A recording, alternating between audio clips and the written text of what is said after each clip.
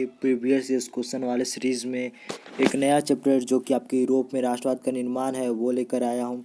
यह chapter first chapter है जो कि 10 नंबर से आ सकता है, क्योंकि हमारा हिस्ट्री का जो इस बार वाला चैप्टर है वह 20 नंबर का टोटल है। तो आपके 2 चैप्टर हैं तो 10 नंबर के ये चैप्टर है, तो प्लीज़ इसे इम्पोर्टेंट समझिएगा और इसे लास्ट वीडियो के अंत तक देखिएगा।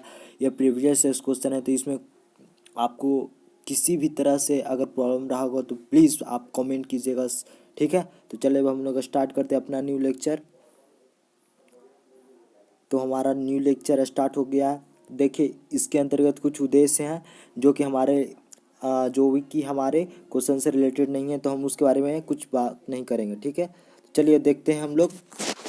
तो ये जो हमारा ये जो मैं आपके सामने एक वीडियो लेकर आया हूँ जो कि आपके पूर्ववर्ती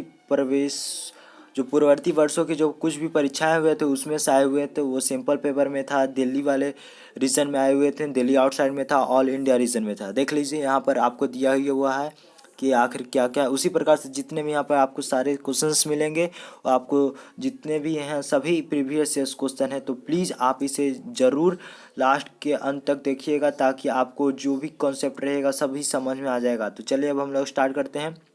आज हम लोग का पहला क्वेश्चन है, तो यह आपका अति लघु उत्तरीय प्रश्न उत्तर की है, ठीक है। तो स्टार्ट करते हैं हम।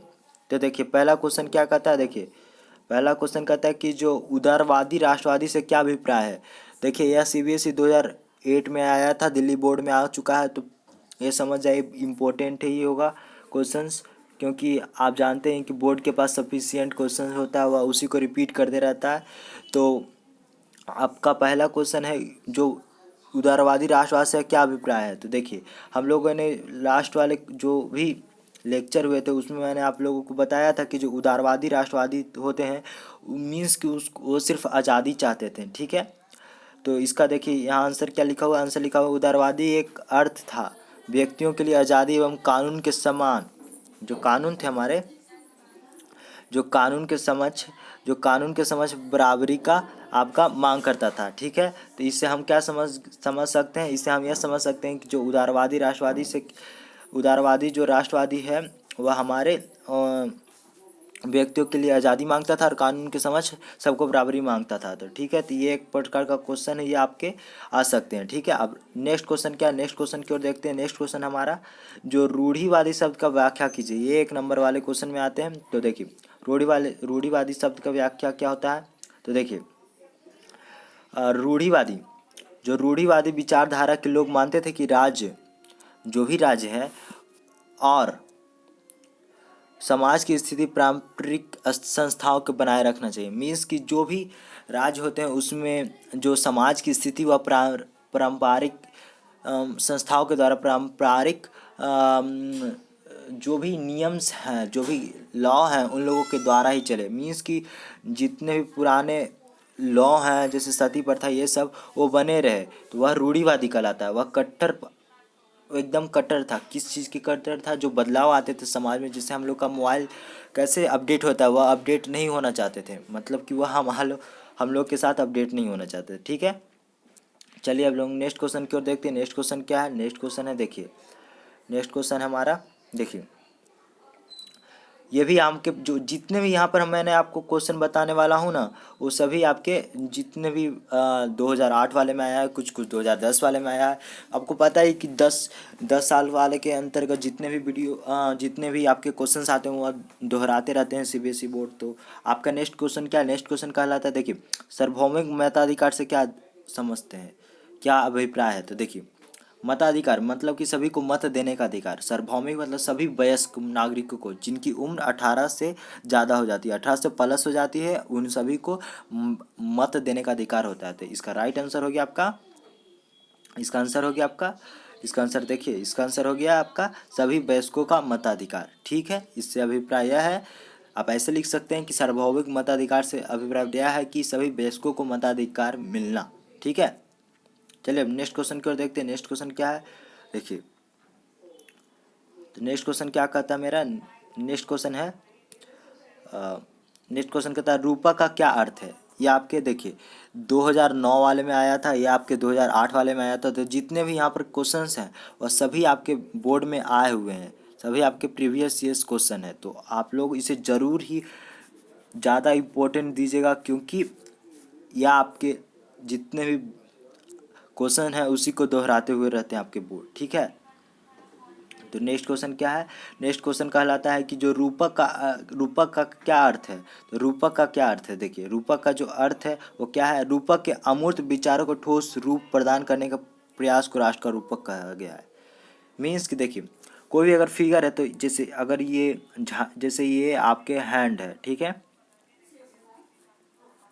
ये हैंड है और हैंड आपको रुकने का प्रतीक होता है, उसका फिर यहाँ पर ऐसे कर देंगे तो वो आपको रुकने का प्रतीक हो गया। जैसे भारत माता का छवि बनाया गया है, तो उसी प्रकार से वह ठोस है, जो ठोस है उसके प्रति मतलब राष्ट्र के प्रति कोई आपके मतलब राष्ट्र को पनपने के लिए आपको मतलब किसी का रूप दे दिया गया है, वो आपका रूपक कहलाता है। और उसको आप एनसीईआरटी की बुक में इस प्रकार से देखिए लिखा हुआ है कि राष्ट्र के अमूर्त विचार का ठोस रूप प्रदान करने का प्रयास को राष्ट्र का रूपक कहा गया है। मीन्स कि जो भी अमूर्त विचार है, मीन्स कि उसके अंदर कोई भी इमोर्टलनेस है, उसमें कोई भी जीव नहीं है, लेकिन उसको भी हम आपको किसी के द्वारा दर्शाते हैं, वो आपका रूपक कहलाता है, ठीक है।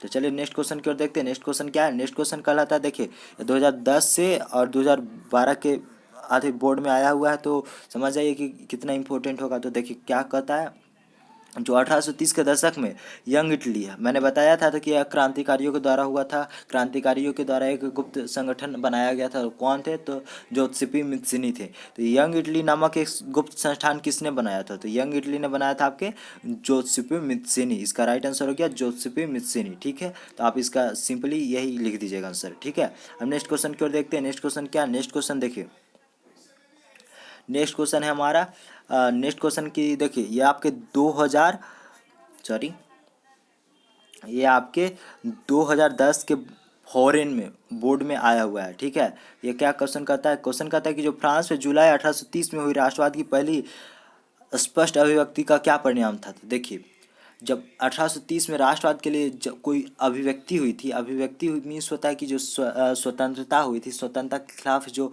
आपके आंदोलन हुए थे, उसका क्या परिणाम था। तो उसका परिणाम था कि जो बुर्बो राजवंश को उदारवादी क्रांतियों के द्वारा राजगद्दी से उखाड़ फेंका गया था। मीन्स कि उदारवादी क्रांतिकारी लोग थे, उन्होंने बुर्बो राजवंश को, जो फ्रांस के शासक थे, उसको वहाँ के राजगद्दी से हटा दिया था। तो इसका आपका आंसर ये हो गया, ठीक है। तो चलिए अब हम लोग नेक्स्ट क्वेश्चन की ओर देखते हैं। नेक्स्ट क्वेश्चन क्या हमारा, तो देखिए नेक्स्ट क्वेश्चन है हमारा सातवां क्या कहता है कि फ्रांसीसी क्रांति का घोषणा का उल्लेख कीजिए।